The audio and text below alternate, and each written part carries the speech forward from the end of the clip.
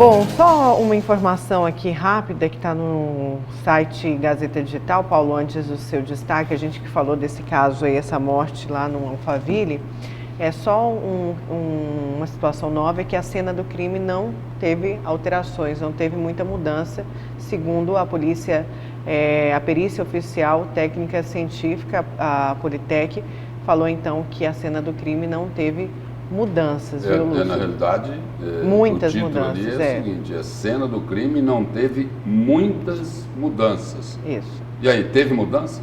Não teve, entende-se que houve poucas, né? Poucas mudanças, né? Porque quando se diz que a não Politec teve falou o muitas... seguinte, ó, não houve mudanças substanciais na cena do crime. Contudo, é provável que pequenas alterações tenham sido feitas. No entanto, não descartamos a possibilidade de ter havido algum tipo de rearranjo, né, de pequenos objetos pessoais, como, por exemplo, disposição de aparelhos, de cigarro eletrônico, bolsa da vítima, isso. Mudanças ali, né, em alguns objetos pessoais. Paulo, seu destaque.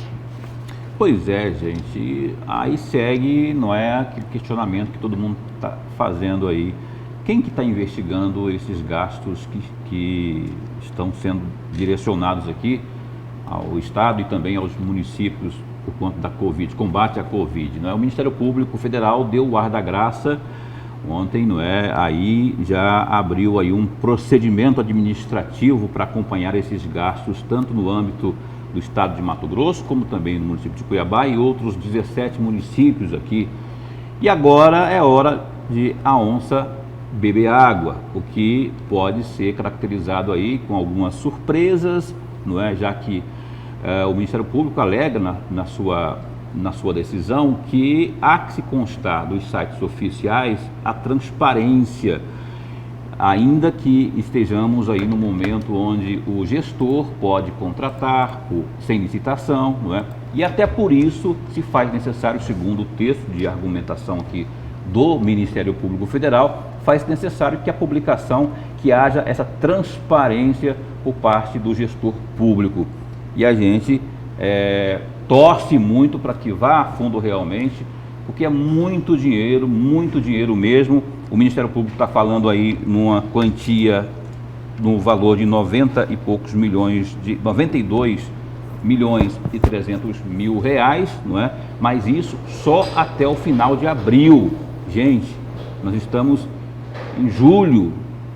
Quanto dinheiro não veio para o combate à Covid para Mato Grosso, incluindo aí os municípios? Então, há que se entender que é uma situação de investigação, está se pedindo informação e vai a fundo o Ministério Público Federal. E o Ministério Público Estadual também tem que fazer a sua parte, como os vereadores aqui em Cuiabá, por exemplo, a gente percebe que não estão fazendo, pelo menos a maioria não está fazendo.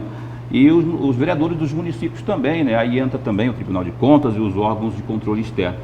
Tem que ser em tempo real, porque se deixar acontecer, senão vai ser que nem na pergunta que fez aqui o telespectador, né? Isso é coisa para quando que vai ter o desfecho dessa situação toda, quanto ao gasto, o dinheiro que veio para combate à Covid. Então, eu conversei ontem aqui, a Nayara estava me falando, e a gente assistiu também, né, no Jornal do Meio-Dia, que o governador já se posicionou, não é, em relação à questão das UTIs.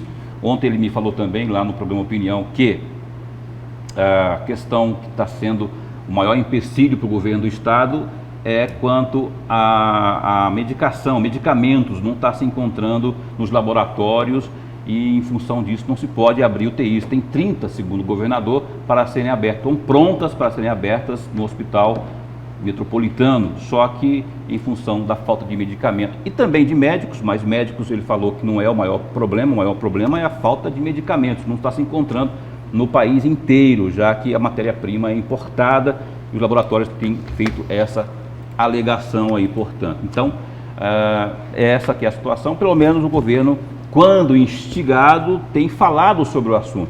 No município de Cuiabá, por exemplo, nem quando é instigado, a gente tem dificuldade de ter acesso às informações quanto aos gastos da Covid.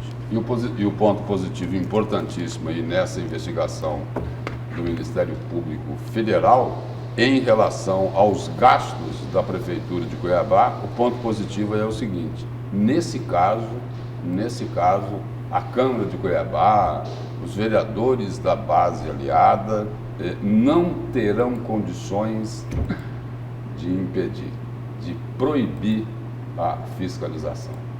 Pois é, isso é um Isso avanço. que é um ponto positivo. É, isso né? mesmo. Nesse ponto aí, eles não vão poder atrapalhar para cumprir as ordens do Palácio Alencar. Ponto positivo. Vamos então, gente.